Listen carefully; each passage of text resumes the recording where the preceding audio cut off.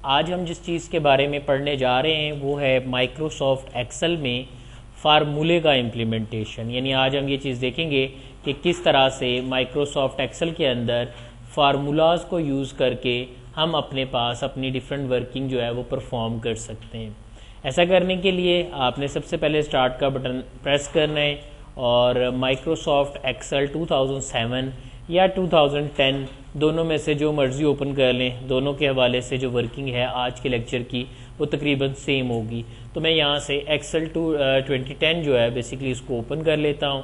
Further आप इसको देखिएगा कि इसमें क्या वर्कआउट है। इसकी सप्लाई स्क्रीन आपके पास आ रही है और प्री लोडेड चीज़ें लोड होने के बाद आपके पास माइक्रोसॉफ्ट एक्सेल 2010 का ये वर्जन जो है ये इस तरह से अवेलेबल हो जाएगा। Just like the older version 2007 हमारे पास यहाँ पर बिल्कुल उस तरह से होम का टैब है। ट्रिगर फायर करने से आप वो फॉर्मेट फ़ॉन्ट के जो ऑप्शंस हैं वो ओपन कर सकते हैं। इससे आप कंट्रोल 1 करके भी ओपन कर सकते हैं और फिर आप इस पर किसी भी तरह की कैलकुलेशंस जो हैं ये परफॉर्म कर सकते हैं। I am not doing at that time so I just close that. मैं इसको बंद कर देता हूँ और आज हमने बेसिकली थोड़ी सी कुछ सादी चीज़ें जो हैं वो परफॉर्म करके देखनी है। तो मैं जल्दी से यहाँ पे जाता हूँ और कुछ वैल्यूज़ एंटर करता हूँ। जैसे मैं यहाँ पे कुछ वैल्यूज़ एंटर करूँगा, मैंने इस वक्त टेक्स्ट एंटर किया है। आप सबको पता है कि टेक्स्ट पर आपका जो कंप्यूटर है वो कैलकुलेशंस जो हैं वो परफॉर्म नहीं करता। तो इस तरह से आपको नंबर वैल्यूज़ जो हैं वो चाहिए होंगी। थोड़ा सा जूम आउट कर लेते हैं ताकि अपनी वर्किंग को आप लोग ज़्यादा क्लियरिटी के साथ देख सकें।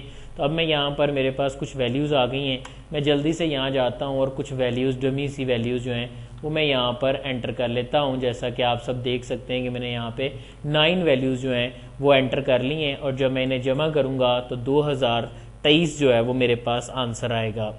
अब ये किस तरह होता है या ये वर्किंग या कैलकुलेशन किस तरह से परफॉर्म होती हैं, आज हम इन चीज़ों के बारे में सीखेंगे। एक्सेल बेसिकली एक्सेल का मेन ऑब्जेक्टिव, एक्सेल का मेन मकसद, एक्सेल का मेन फंक्शनलिटी जो है वो यही है कि हम किस तरह से एक्सेल के अंदर कैलकुलेशन परफॉर्म करते हैं। इसके हवाले से हम इसके अंदर जो है अपनी फंक्शनलिटी की बात करेंगे। तो यहाँ पर मैंने देखा कि मैंने यहाँ पर आपके सामने जो 9 वैल्यूज़ हैं वो यहाँ पर टाइप की हैं और आपको यहाँ पर बता दिया है कि जो इसका आंसर है वो आपके पास कितना होगा। वो जो भी आपने 22 या 2083 जितना भी आंसर हमने यहाँ पे डिस्कस किया है वो हम यहाँ पे बात कर सकते हैं। ओके जी, हम स्टार्ट करते हैं जी अपनी वर्किंग दोबारा से। हमने यहाँ पर देखा कि हमारे पास ये हमारी कुछ वैल्यूज़ हैं जो कि हम यहाँ पे देख सकते हैं। अब मुझे इन वैल्यूज़ को ऐड अप करना है, इन वैल्यूज़ को जमा करना है। इन वैल्यूज़ को जमा करने के लिए आपके पास जो है वो फंक्शनलिटी है। याद रखिएगा एक्सेल में हर फार्मूला इक्वल साइन से शुरू होता है। यानी अगर आप यहाँ पर इनको जमा करना चाहते हैं तो आप इक्वल का बटन प्रेस करें। कोई भी कैलकुलेशन करने के लिए आपको यहाँ पर इक्वल का बटन जो है वो प्रेस करना है। उसके बाद आपने कोई भी जिस तरह से आप बचपन से आज तक करते रहे हैं वैल्यूज़ को जमा करना है। तो 543 जी मिस बोलते जाइएगा, 543 प्लस 34 54 524 54 34 654 45 76 जी, नंबर 4 पे कह रहे हैं 534 है जी। तो यहाँ पे हम इसको ठीक कर लेते हैं। अब ये था ओल्डेस्ट वे। इसमें क्या होता था कि हम वैल्यूज़ लिखते थे, उनके दरमियान प्लस का ऑपरेटर लगाते थे और इन्हें जमा कर लेते थे। एंटर करने के लिए आप आंसर का बटन या इक्वल का बटन प्रेस करते हैं। तो आप देखें मैंने आपको पहले आंसर बता दिया था कि 2028 जो है वो आंसर आएगा। तो यहाँ मेरे पास ये आंसर आ गया है। This is the oldest method जिसको हम यहाँ पे देख सकते हैं या अपने पास जो है वो इम्प्लीमेंट कर सकते हैं या वर्किंग। लें जी, हम यहाँ से अपनी वर्किंग का दोबारा देखते हैं हमारे पास क्या वर्किंग थी। हमने देखा कि हमारे पास ये हमारी कुछ फंक्शनलिटीज़ थी। हमने कुछ वैल्यूज़ ली और उनके दरमियान सिंपल प्लस का ऑपरेटर लगाकर हमने इन्हें जमा कर लिया। जमा करने के बाद आखिरी वाले सेल पर रखते हुए कर्सर आप एंटर का बटन प्रेस करें। जैसे ही आप यहाँ पर एंटर का बटन प्रेस करेंगे आपके पास आपकी तमाम वैल्यूज़ का सम जो है वो 2028 की सूरत में आपको यहाँ पर नज़र आना शुरू हो जाएगा या आप यहाँ पर देख सकते हैं। इस तरीके का सबसे बड़ा ड्रॉबैक क्या है, इसका नुकसान क्या है, ये क्यों ये मेथड जो है वो बेहतर नहीं है। उसके रीज़न ये है कि आप किसी भी वैल्यू पे जाएं, उस वैल्यू को जाकर आप यहाँ से तब्दील करें। मैंने यहाँ से इस वैल्यू को 34 की बजाय 33 कर दिया। अब एक्चुअली होना क्या चाहिए था कि आपके पास 2028 की बजाय 2027 आंसर आना चाहिए था। तो मैंने यहाँ पर एंटर प्रेस किया, जैसे ही मैंने यहाँ पे एंटर प्रेस किया मेरा आंसर जो है वो अपडेट नहीं हुआ। इसका मतलब है कि ये मेथड जो इस वक्त मैंने यहाँ पे यूज़ किया है ये एक्यूरेट नहीं है या ये दुरुस्त नहीं है। तो अब मैं क्या करता हूँ, अब मैं एक और मेथड जो है वो यूज़ करता हूँ। मैंने यहाँ पे कुछ और वैल्यूज़ जो हैं वो टाइप की, आप यहाँ देख सकते हैं मैंने कुछ डमी वैल्यूज़ जो हैं वो यहाँ पे टाइप की हैं। इन वैल्यूज़ को मुझे जमा करना है और जब मैं इन्हें जमा करूँगा तो 571 जो है वो मेरे पास सम आंसर जो है वो आ जाएगा। How it can be possible कि मैं ये पहले से बता देता हूँ। नाउ द सेकंड मेथड, जब आप प्रैक्टिस करेंगे, बार बार इस चीज़ को पढ़ेंगे, इसके ऊपर इम्प्लीमेंट करेंगे तो होप कि आप भी ये आंसर बड़ी जल्दी से बता सकते हैं। तो देखते हैं कि क्या वाकई जो मैंने आंसर बताया वो ठीक है कि नहीं। अब पिछले तरीके की जब मैंने बात की ना तो वो मेरा ओल्डेस्ट वे था। उस वे में ये प्रॉब्लम हुई थी कि मैंने जो वैल्यूज़ लिखी थी जब मैंने उनको नीचे बॉटम में सम किया तो आंसर आया था 2028, जबकि मैंने किसी वैल्यू को तब्दील किया तो अब वैल्यू जो है तब्दील करने से मेरा जो आंसर था या जो मेरा सोल्यूशन था वो मेरे अप्रोप्रिएट रिजल्ट के मुताबिक नहीं आ सका। अब मैं चाहता हूं कि कोई ऐसा तरीका इस्तेमाल हो कि जिसके मदद से मैं अपने आंसर को ज़्यादा अप्रोप्रिएट वे से देख सकूं।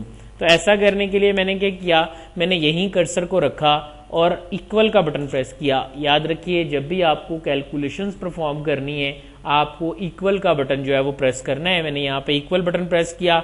इक्वल प्रेस करने के बाद अब ऐसा क्या तरीका हो सकता है कि अगर मैं किसी वैल्यू को तब्दील करूं तो मेरे पास मेरा जो आंसर है वो ऑटोमेटिकली तब्दील हो जाए। अब इस चीज़ का सलूशन आपको अलजबरा प्रोवाइड करता है। बचपन से आज तक आप शायद अलजबरा पढ़ते रहें लेकिन अभी तक आप में से किसी को शायद ये पता नहीं होगा कि अलजबरा ही इस चीज़ का सलूशन है। How it can be possible. Algebra में आप पढ़ते थे कि मेरे पास एक वैल्यू है जिसका आंसर जो है वो है, मैं कहता हूँ x इज इक्वल टू 20, अगर x की वैल्यू 20 है and y is equal to 50। तो अगर मैं दोनों को जमा करना चाहूँगा तो मैं जमा करने के लिए 20 और 50 को जमा नहीं करूँगा बल्कि मैं जमा करने के लिए क्या करूँगा कि मैं कहूँगा इक्वल x प्लस y, यानी मैं x और y को जमा कर दूंगा। सो कॉल्ड जो भी मेरे पास आंसर आएगा वो रिजल्ट होगा। अब इस सूरत में देखें कि अगर कभी मैं x की वैल्यू चेंज करके 20 से 25 कर देता हूं तो आंसर ऑटोमेटिकली, आंसर पे तो कोई फर्क नहीं पड़ेगा क्योंकि उसने तो x और y को जमा करना है। तो अलजबरे की मदद से हम ये इम्प्लीमेंटेशन कर सकते हैं कि हम कुछ वैल्यूज़ लिखें और वो ऑटोमेटिकली जमा हो जाएं। तो ये कैसे करेंगे या इसकी वर्किंग को किस तरह से परफॉर्म करना है अब इसे यहाँ पे देखते हैं। अब यहाँ वेरिएबल किधर हैं जिनको वैल्यूज़ देनी है, तो यहाँ मेरे पास वेरिएबल्स नहीं है, मेरे पास यहाँ पर कुछ और वैल्यूज़ हैं। सो आई जस्ट सेड इक्वल। अब 65 लिखने की बजाय मैं यहाँ पर 65 वाले सेल का नाम लिखता हूँ। फैजान 65 वाले सेल का क्या नाम है?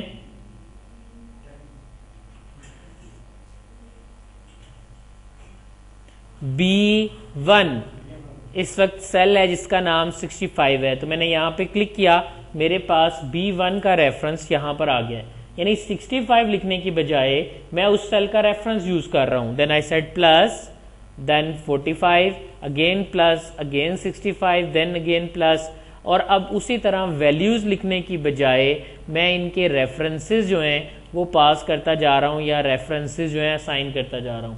अब यहाँ जाकर आप एंटर का बटन प्रेस करें, जैसे ही आप एंटर प्रेस करेंगे आपके पास 571 आ गया। अगर आप किसी वैल्यू को तब्दील करते हैं तो आपके पास जो आंसर है वो ऑटोमेटिकली तब्दील हो जाता है। सो वेरी गुड, ये मेरे प्रॉब्लम का सलूशन था जो कि मुझे यहाँ पे मिल गया। लेकिन अब इस तरीके का भी एक ड्रॉबैक है। क्या ड्रॉबैक है? अगर इस तरीके में आप देखें ना तो जब मैंने जमा तो कर लिया, आंसर तो मेरे पास आ गया, लेकिन ये कि अगर वैल्यूज 10 तक हैं तो फिर तो ठीक है, लेकिन अगर मेरी वैल्यूज जो हैं वो 500 या 5000 तक हैं तो फिर क्या करूँगा? फिर तो इतनी दफ़ा मैं प्लस करूँगा कि सुबह से काम करना शुरू करूँ तो रात तक तो मैं सिर्फ वैल्यूज़ को जमा ही कर सकूँगा। गलती लग जाए तो 2 दिन लगेंगे। सो कंप्यूटर तो चीज़ों को जल्दी करने के लिए कहता है, कंप्यूटर तो हम पर ये साबित करता है कि हम चीज़ों को ज़्यादा तेज़ी के साथ जो है वो कैलकुलेट कर सकते हैं। So how I will do that, ये मैं कैसे करूँगा? इसके लिए मैं दोबारा यहाँ ऊपर गया, फिर मैंने कुछ वैल्यूज़ यहाँ पे टाइप कर दी। याद रखिएगा, किसी भी काम को ज़्यादा जल्दी से करने के लिए हम क्या करते हैं, हम बेसिकली फंक्शंस का इस्तेमाल करते हैं। एक्सेल के फंक्शंस एक्सेल की बहुत बड़ी ताकत हैं, इनकी मदद से आप किसी भी काम को ज़्यादा क्विकली, ज़्यादा एफिशिएंटली और ज़्यादा बेहतरीन तरीके से जो है वो परफॉर्म कर सकते हैं। तो किस तरह से हम यहाँ पर अपनी इस वर्किंग को परफॉर्म करेंगे या किस तरह से हम अपने पास ये इम्प्लीमेंट वर्कआउट करेंगे, अब हम इस चीज़ की बात करते हैं। तो यहाँ मेरे पास कुछ वैल्यूज़ आ रही हैं जैसा कि आप यहाँ पर देख सकते हैं। अब मैं यहाँ पर कुछ वैल्यूज़ को सम करने के लिए फंक्शन का इस्तेमाल जो है वो करता हूँ। याद रखिएगा, एक ही फंक्शन तरीके से पढ़ें तो आप इजीली पिक कर लेंगे कि किसी भी जगह पर जब आप भी ऑफिस में या किसी भी जगह पर आपको फंक्शन की ज़रूरत पड़ती है तो आप ज़्यादा अच्छे तरीके से जो है वो अपने वर्कआउट को परफॉर्म कर सकेंगे। तो कैसे करेंगे या ये जमा का काम हम किस तरह से परफॉर्म करेंगे, अब ज़रा इस फंक्शनलिटी को देखते हैं। फंक्शन का नाम मोस्टली इंग्लिश लैंग्वेज में आपकी बयान किए हुए वर्ड के मुताबिक ही होगा। तो मैंने यहाँ गया, यहाँ जाके मैंने कहा इक्वल और फिर मैंने फंक्शन का नाम लिखना है, यानी इक्वल के बाद हमारे पास हमारे फंक्शन का नाम आएगा। सो मैंने कहा इक्वल एंड देन सम। आप लोगों ने नोट किया कि जब भी मैं किसी फंक्शन को इक्वल के बाद कोई टेक्स्ट टाइप करता हूँ तो वो मुझे ढेर सारे फंक्शन जो हैं वो इस लिस्ट में प्रोवाइड कर रहा है कि इनमें से बेशक चूज़ कर लो। किसी भी फंक्शन के बारे में पढ़ने के लिए आप अपने उस फंक्शन के ऊपर या उस फंक्शन को टाइप करें, जैसा कि मैंने यहाँ पर SUM टाइप किया। तो यहाँ आप देख सकते हैं add all the numbers in a range of cells. आपके पास लिखा हुआ नज़र आ रहा है कि ये तमाम नंबर्स को जमा करता है। मैंने क्या किया, सम के बाद यानी फंक्शन का नाम लिखने के बाद आप छोटी ब्रैकेट का इस्तेमाल करें। जैसे ही आप फंक्शन का नाम लिखने के बाद स्टार्टिंग पैरेंथेसिस या छोटी ब्रैकेट का इस्तेमाल करेंगे, आपके पास नीचे हेल्प के अंदर आपको कुछ इन्फॉर्मेशन मिलेगी। जैसा कि यहाँ आप देख सकते हैं कि वो कहता है सम के बाद ब्रैकेट है, तो ब्रैकेट बोल्ड हुआ हुआ नंबर 1 देख सकते हैं आप, डार्क सा नज़र आ रहा है। तो वो कह रहा है कि नंबर 1 एंटर करो, यानी यहाँ आप बताओ कि पहला नंबर कौन सा है। तो मैंने यहाँ पर जाके क्लिक कर दिया। अब यहाँ पर आपके पास C1 लिखा हुआ आ गया। अब मैंने यहाँ पे कोमा प्रेस किया, अब उसके बाद C2 लिखा हुआ नज़र आ रहा है। लेकिन ज़रा अगर आप गौर से देखें तो C1 के गिर्द आपको कुछ भी नज़र नहीं आ रहा, जबकि इस टिप के अंदर, ये जो बेसिकली फंक्शन टिप आई है, इस टिप के अंदर नंबर 2 के गिर्द बड़ी ब्रैकेट्स नज़र आ रही हैं। बड़ी ब्रैकेट्स का मतलब ये है कि ये वैल्यू ऑप्शनल है। अगर आप एक ही नंबर लिखकर यानी यहीं पे ब्रैकेट को क्लोज कर देते हैं तो आप दूसरा पैरामीटर एंटर नहीं करते तो आपके पास कोई गलती नहीं है, आपका फार्मूला एरर नहीं देगा। लेकिन अगर आप मजीद नंबर ऐड करना चाह रहे हैं तो आप नंबर ऐड करते जाएं। मैंने कहा C1 कोमा, अब यहाँ से जाके मैंने दूसरी वैल्यू सेलेक्ट की C2, अगेन आई सेट तीसरी value C3 comma C4 comma C5 comma C6 comma C7 comma C8 comma C9। तो यहाँ पर आप अपनी वैल्यूज़ जो हैं C1 2 3 4 5 अप टू 9 तक जो है वो आप अपनी वैल्यूज़ जो हैं वो एंटर कर सकते हैं। और फिर जिस तरह से ही फंक्शन की वैल्यू कंप्लीट होती है आप यहाँ पर ब्रैकेट प्रेस करके अपने फंक्शन को जो है वो क्लोज कर लें। आपका फंक्शन जो है वो अपनी वैल्यू को ख़त्म कर देता है या वैल्यू क्लोज कर देता है। अब आप यहाँ देख सकते हैं कि आपके पास आपका जो फंक्शन था जिसकी वैल्यूज़ आप यहाँ पे देख सकते थे वो सारी की सारी फंक्शनलिटी जो है वो आपके पास इस तरह से आ गई है या आप इस तरह से देख सकते हैं। अब मुझे क्या करना है, अब मैं इन वैल्यूज़ को एड अप करना चाहता हूँ, यानी एंटर करने से किसी भी फार्मूले का रिजल्ट आ जाएगा। तो जैसे ही मैंने एंटर प्रेस किया उसने मुझे आंसर दे दिया कि 531 जो है ये आपके पास आंसर है। यानी आप इन वैल्यूज़ को जिस मर्जी तरीके से, चाहे पहले तरीके से, दूसरे तरीके से या तीसरे तरीके से जमा कर लें, आपके पास आंसर यही आएगा। सारी बातें तो अपनी जगह ठीक थी, लेकिन एक प्रॉब्लम है। क्या हमने इस तरीके को क्यों अडॉप्ट किया था? क्योंकि हमारे पास ये वाला तरीका था जिसमें हमने वैल्यूज एंटर की थी, ये तरीका बहुत ज़्यादा टाइम कंज्यूमिंग था, जबकि ये वाला इससे भी ज़्यादा टाइम कंज्यूमिंग है क्योंकि इसमें मुझे सम और ब्रैकेटें एक्स्ट्रा लिखनी पड़ गई हैं। तो ये तरीका तो फ़िलहाल मैंने कहा इतना ठीक नहीं है, लेकिन आपको कंफर्म कर दूं कि याद रखिएगा माइक्रोसॉफ्ट एक्सेल में किसी भी सम के फार्मूला में हम 30 वैल्यूज़ को इस तरह कोमा देकर जमा कर सकते हैं।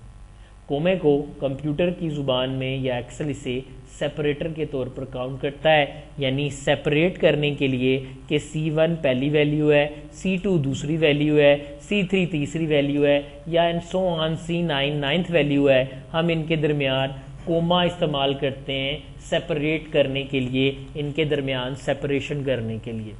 मैंने यहाँ पर जाकर एंटर प्रेस किया, 531 जो है वो मेरे पास आंसर जो है वो आ गया। पर मसला वही है कि तरीका ये मुझे कुछ सूट नहीं किया, तो मैं वापस जाता हूँ, फिर यहाँ पे कुछ वैल्यूज़ जो हैं वो टाइप कर लेता हूँ। आप कुछ भी वैल्यूज़ जो आप टाइप करना चाहते हैं यहाँ पर लिख दें, इनको आप जमा करेंगे तो आपके पास एक बड़ी अमाउंट में जो आंसर है वो आ जाएगा। लेकिन फ़िलहाल मैं इन्हें जमा करता हूँ और आपको बताता हूँ कि कैसे जमा करूँगा। तो अब की दफ़ा आपने सेपरेटर इस्तेमाल नहीं करना, बल्कि अब की दफ़ा आपने रेंज ऑपरेटर को इस्तेमाल करना है। अब रेंज ऑपरेटर किस तरह इस्तेमाल किया जाएगा, उसके लिए आप शुरू करें, हर फार्मूला इक्वल के साइन से शुरू होता है, इक्वल। उसके बाद हम फंक्शन का नाम एंटर करेंगे। मैंने यहाँ पर सम एंटर कर दिया। टिप में उसने मुझे दिखाया है adds all the numbers in a गे range in a range of cells, कि अगर सेल्स की रेंज देते हो तो सबको जमा करता है। मैंने कहा ठीक है, ब्रैकेट स्टार्ट की। अब नंबर 1 क्या कर रहा हूँ देखिएगा, मैं यहाँ पे क्लिक करता हूँ और नीचे ड्रैग कर लेता हूँ। ड्रैग करते जाएं, आप देख सकते हैं कि उसने कैसे लिखा है D1 से लेकर D9 तक। अगर आप यहाँ पर कोमा लगाएंगे ना तो इसका मतलब है एक सेल D1 एक सेल D9, यानी 2 सेल्स हैं। लेकिन अगर आप यहाँ पर कॉलन लगाते हैं, ऊपर नीचे 2 नुक्ते लगाते हैं, तो इसका मतलब है D1 D2 D3 D4 D5 D6 D7 D8 and last is D9। तो मुझे यही चाहिए था। अगर 5000 सेल्स भी होंगे तो मैं पहले सेल से लेकर आखिरी सेल तक की वैल्यूज़ को क्या करूँगा, सिर्फ सिलेक्ट कर लूँगा। आप ऐसे नहीं करना चाहते, आप मैन्युअली लिख लें D1 से लेकर D9 तक। आप ऐसे भी लिख सकते हैं D9 से लेकर D1 तक, बात तब भी वही है। रेंज है, नीचे से ऊपर सेलेक्ट करना है, ऊपर से नीचे करना है, आप कर लें। अगर आप कहते हैं ऐसे, तो यहाँ पर मैं क्लिक करता हूँ, D1 वहाँ पे आ गया, कॉलन लगाता हूँ, यहाँ पर क्लिक कर देता हूँ, तो मेरे पास तब भी सिलेक्शन जो है वो परफॉर्म हो जाएगी। अदरवाइज अगर आप मैं कीबोर्ड से करना चाहूँ तो मैंने कहा D1 शिफ्ट पे होल्ड रखकर डाउन एरो प्रेस करें, just like the old selection method. आप इस तरह से कंटिन्यू सिलेक्शन कर सकते हैं। ब्रैकेट क्लोज कर दें, जितनी ब्रैकेटें ओपन की होंगी उतनी ब्रैकेटें क्लोज करना ज़रूरी है। मैं रिपीट करता हूँ अपने वर्ड्स, जितनी ब्रैकेट्स आप फंक्शन के नाम के बाद ओपन करेंगे उतनी ब्रैकेट्स ही क्लोज करना ज़रूरी है।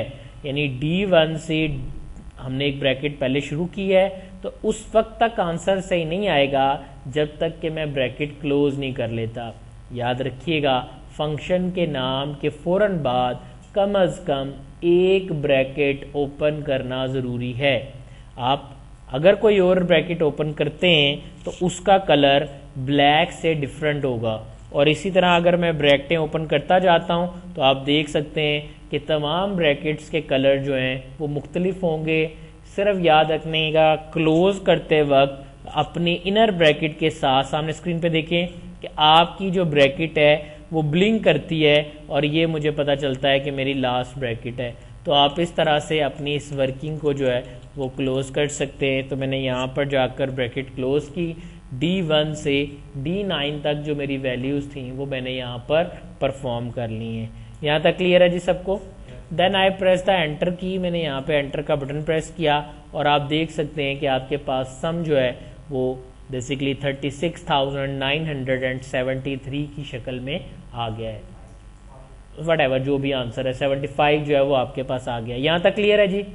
बट मैं चाहता हूँ इससे भी ज़्यादा कोई तेज़ तरीका होना चाहिए। आपको याद है मैंने आपको पहले ही आंसर बता दिया था, how it can be possible कि मैं आपको पहले आंसर बता सकता हूँ। उसका बड़ा आसान सा तरीका है कि आप अपनी वैल्यूज़ को सिलेक्ट करें और एक ज़्यादा सिलेक्ट कर लें। उसके बाद यहाँ पर एक सम का निशान नज़र आ रहा है, नज़र सबको? इस साइन को प्रेस कर दें। जैसे ही आप इसे प्रेस करेंगे आपके पास बॉटम ऑफ द सेल जो है वो ऑटोमेटिकली सम का फार्मूला अप्लाई हो जाएगा और यहाँ आपके पास आंसर लिखा हुआ नज़र आना शुरू हो जाएगा। क्लियर है जी सबको? अब मैं यहाँ दोबारा जाता हूँ, फिर कुछ वैल्यूज़ जो है वो मैं यहाँ पे टाइप करता हूँ। यहाँ मैंने ये कुछ वैल्यूज़ जो हैं वो टाइप कर ली हैं। अब यहाँ जाकर मैं इन वैल्यूज़ को सम करना चाहता हूँ। द फास्टेस्ट वे इज, आप यहाँ पर प्रेस करें आल्ट प्लस इक्वल, नोट कर लीजिएगा, आल्ट प्लस इक्वल। ये प्रेस करने से आपके पास ऑटो सम हो जाएगा, यानी आपका डाटा जो है वो ऑटो सम होकर आपको आंसर देना शुरू कर देगा। नोट कर लीजिएगा, करके देखेंगे, फिर दिल मानेगा तो फिर करेंगे। Alt equal for auto some,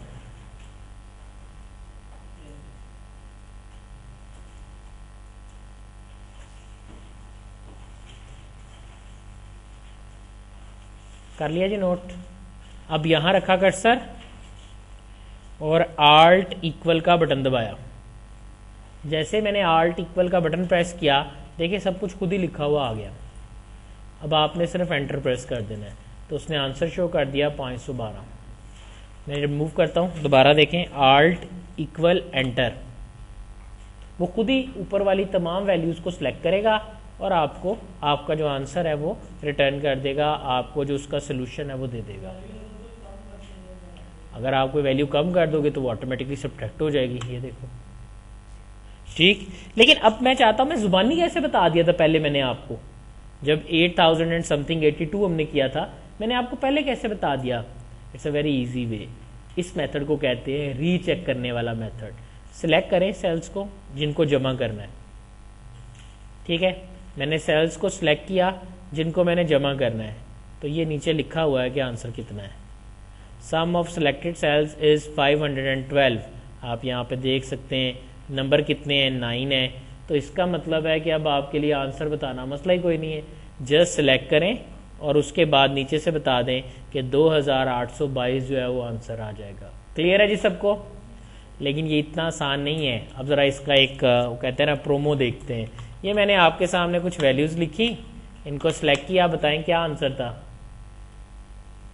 so you all should be very fast to tell me the answer, कि मेरे पास आंसर क्या आएगा। ठीक है जी, तैयार हैं सब? तैयार हैं? लें जी, ऐसे करते हैं कि आपके लिए ज़्यादा क्लियर करते हैं।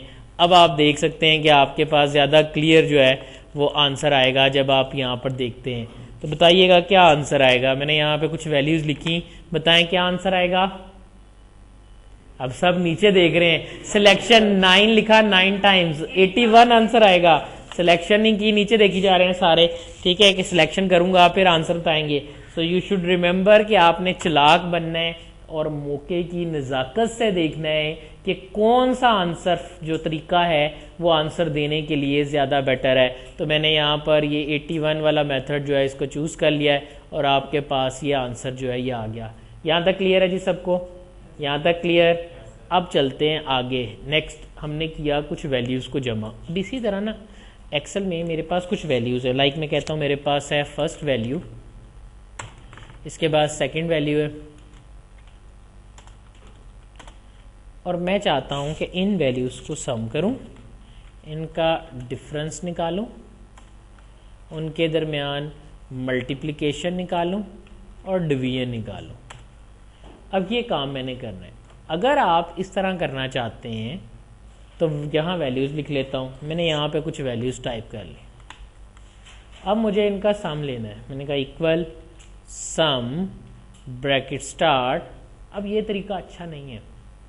अगर वैल्यूज़ छोटी हों तो प्रेफर किया जाएगा कि आप पहली वैल्यू लिखें प्लस दूसरी वैल्यू लिखें। जब आप एंटर दबाएंगे तो आपके पास आंसर आ जाएगा। अगर आप सब्ट्रैक्शन करना चाहते हैं, पहली वैल्यू माइनस दूसरी वैल्यू। अगर आप मल्टीप्लिकेशन करना चाह रहे हैं, पहली वैल्यू स्टार दूसरी वैल्यू। अगर आप डिवीजन करना चाह रहे हैं, पहली वैल्यू डिवाइडेड बाय दूसरी वैल्यू। क्लियर है जी सबको? लेकिन आप में से कई बच्चे कहते हैं सर हमें तो नज़र ही नहीं आ रहा कि इसके पीछे क्या हो रहा है। अगर आप देखना चाहते हैं कि किसी चीज़ के पीछे कौन सा फार्मूला लिखा हुआ है, तो control plus apostrophe single quote होता है, एस्केप के नीचे वाला बटन है, ये प्रेस करेंगे, नोट कर लीजिएगा, शो हाइड फार्मूला। फार्मूला देखने के लिए हम ये वाली शॉर्टकट की जो है वो इस्तेमाल करेंगे, यानी जब भी मैंने फार्मूले देखने हैं तो मैं इस मेथड को इस्तेमाल करूँगा। मैं आपके सामने इसका प्रैक्टिकल करता हूँ। मैंने कंट्रोल प्लस सिंगल कोट या अपॉस्ट्रॉफी प्रेस किया और आप देख सकते हैं कि अब आपके पास आपके सेल्स की जगह पर आपके सेल्स की कॉरस्पॉन्डिंग फार्मूलाज, जिसमें प्लस है, माइनस है, मल्टीप्लाई है, डिवाइड है, वो ऑलरेडी यहाँ पर आपके पास आ रहे हैं और आप देख सकते हैं कि वो आपको रिजल्ट भी रिटर्न कर रहे हैं। यानी दोबारा कंट्रोल अपॉस्ट्रॉफी दबाएंगे तो आंसर आना शुरू हो जाएंगे, कंट्रोल प्लस अपॉस्ट्रॉफी। और दोबारा अगर आप रीटिक करें तो ये टूगल की है जो अपने काम को बदल बदल कर आपके सामने शो करेगी। तो आप इस तरह से कोई भी ऑप्शन जो आप यूज़ करना चाहते हैं वो आप यहाँ पर परफॉर्म कर सकते हैं, या कोई भी ऑप्शन जो आप यहाँ पे मैनेज करना चाहते हैं आप यहाँ पर उसे यूज़ कर सकते हैं। सो इस तरह से आपके पास आपके फार्मूलों का आंसर जो है वो भी नज़र आ जाएगा। लेकिन अगर आप में से कोई पेपर में बैठा हुआ है, किसी सीए के पेपर में या आईसीएमए के पेपर में, जब आप जाकर जैसे एसीएमए करते हैं तो वहाँ पर वो आपको कहते हैं कि आपको आंसर नहीं चाहिए, क्योंकि आंसर तो मैं कैलकुलेट करके कैलकुलेटर से भी बता दूंगा। तो फिर वो कहते हैं कि आप हमें क्या बताएं, आप हमें ये बताएं कि यहाँ आपने फार्मूले कौन से यूज़ किए। फिर आप कंट्रोल अपॉस्ट्रॉफी करते हैं और फिर इसका हम प्रिंट लेते हैं कि ये फार्मूले मैंने यूज़ किए हैं अपनी वर्किंग के लिए। लेकिन अगर एक बच्चा कहता है कि सर मैं ये फार्मूले एज अ टेक्स्ट रखना चाहता हूँ, यानी मैं इसी इन्वायरमेंट में ही काम करना चाहता हूँ जो मेरा इन्वायरमेंट है, लेकिन यहाँ पर मुझे फार्मूला नज़र आना चाहिए, तो फिर उसका बड़ा आसान सा तरीका है कि आपको इसे एज अ टेक्स्ट शो करवाना है, एज अ नंबर शो नहीं करवाना। ऐसा करने के लिए किसी भी फार्मूले से पहले आप सिंगल कोट लगा दें।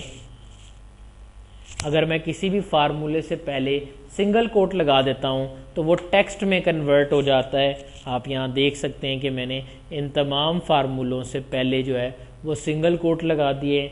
अब मेरी कैलकुलेशन वाली मोड की बजाय मुझे मेरे ये फार्मूले एज अ टेक्स्ट नज़र आ रहे हैं। अगर आपके पास किसी फार्मूले में कोई गलती हो जाती है, मसलन मैं यहाँ पर कोई गलत नंबर जो है वो एंटर कर देता हूँ तो आपका फार्मूला आपको एरर दे देगा। मैं इसको अंडू कर देता हूँ, फिलहाल अंडू करते हैं ताकि आपके आंसर्स आ जाएं। और अब अगर मैं डिवाइड में जाकर यहाँ 0 करता हूँ तो देखें आपको एक एरर नज़र आ रहा है। फार्मूले में अगर कोई गलती होगी तो वो आपको एरर शो करेगा, समथिंग हैश नेम भी आ सकता है, कुछ इस तरह से। इसका बड़ा आसान सा तरीका है कि आप अपने इस फार्मूले वाले सेल पर क्लिक करें। क्लिक करने के बाद आपके पास यहाँ पर एक टिप आ रही है, आप इसके ऊपर लेके जाएं तो वो आपको शो करेगा द फार्मूला और function used is divided by 0 और एम्प्टी सेल। वो 0 से डिवाइड हो रहा है या वो खाली है, किसी ऐसे सेल से आपने डिवाइड कर दिया है। एक तरीका है कि आप इसको इग्नोर कर दें, बट बेटर मेथड इज़ कि आप अपनी वैल्यू पे जाएं और जाकर आप इसको मिटा दें और इसकी जगह वो रेफरेंस दे दें जो आप यूज़ करना चाहते हैं। तो एंटर प्रेस करने पर आपके पास जो एग्जैक्ट आंसर है वो आ जाएगा। याद रखिए, लास्ट टाइम मैंने देखा कि कुछ लोगों से अगर आपकी वैल्यू पूरी नहीं आएगी ना तो इस तरह से हैश हैश हैश का निशान आएगा। इसका मतलब है कि आप अपने कॉलम की विड्थ जो है वो थोड़ी सी बड़ी करें तो आपकी वैल्यूज़ जो हैं वो आपके डाटा में अप्रोप्रिएट होकर पूरी आ जाएंगी और आप इन्हें प्रॉपरली अपने सामने देख सकते हैं। क्लियर है जी सबको? तो अब मैं एक्सपेक्ट करता हूँ कि आप लोग जो हैं वो इस काबिल हो गए हैं कि आप चीज़ों को